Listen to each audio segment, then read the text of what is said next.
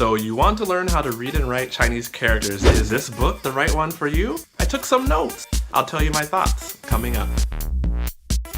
Hi, my name's Kwadwo. I've lived in China for 10 years and I speak good Chinese. If you haven't seen me before, I put up videos on YouTube weekly, either interviewing expats and they share their tips with you so you can speed up your Mandarin learning, or Mandarin language videos that you can use in your day-to-day life. Reading and writing Chinese, but is it worth your time and will it help you with the HSK? I took some notes, let's take a look and see. I linked this book up in the description so you can check out what other people think about it. 1,725 most frequently used characters. That is good. You want to be learning characters in order of their frequency because you get more return on your time investment if you learn the most frequently occurring characters first. I don't really like books that are crowded. There's like no white space, so then I don't want to turn those pages. Okay, but they do have the parts of the character, so you know this one goes first and that one, but where are the little arrows that tell me the directions to write in? Table of contents. One section for all of the characters.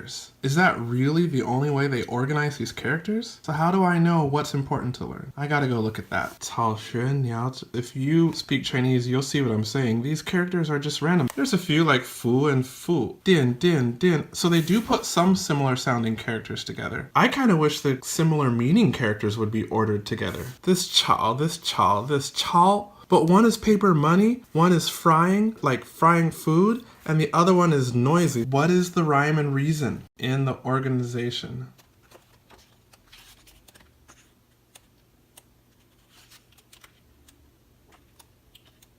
They did give a section about how to write characters top to bottom, left to right, and examples. That's useful. There is a 2-page guide on how to pronounce Chinese. What is that? Go online, you'll find a lot more useful guides on YouTube. Maybe I should make a guide, sure. We're starting characters now, and it looks like they have characters with fewer strokes in the beginning. Cool, but that's a radical, and this is a character, and that's a character, and that's a radical. Why are we mixing characters with the radicals? That's a bit confusing if I've never studied Chinese before.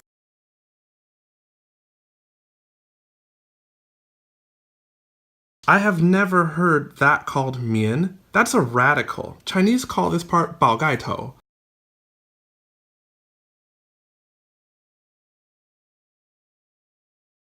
So if you ask a Chinese person what a character is in public, let me show you. They'll take their hand and they'll start writing, and they'll tell you the parts. Like on the top is a bao gai tou. I've never heard on the top is a mian. Like see, if you write ta, that's a bao gai tou. Where is the wording for bao gai tou? That would be very useful for communication. Here's the water radical. They call it san dian shui in Chinese, but I would like to see the name here so I could communicate to Chinese people who can't speak English. Yeah, you know, I'm thinking organization is the biggest downfall in this book.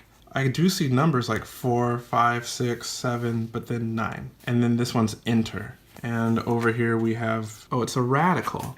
Again, so why are radicals mixed in with characters? But there's websites that do this in a much more prettier presentation that makes you want to learn. I don't know. It's not organized, or not in a way that I can open it up and readily access the information. What about this? This cover had so much potential. If this book could reorganize itself into HSK levels, that would save it. If you're in China and you feel like you need an extra edge on learning Chinese, head over to my website, elementarychinese.com, and get that guide I made, 8 effective ways to learn Chinese. That'll help. This is Kwadwo at elementarychinese.com.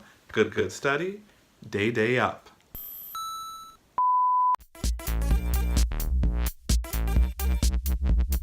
I'm just not that sold on it.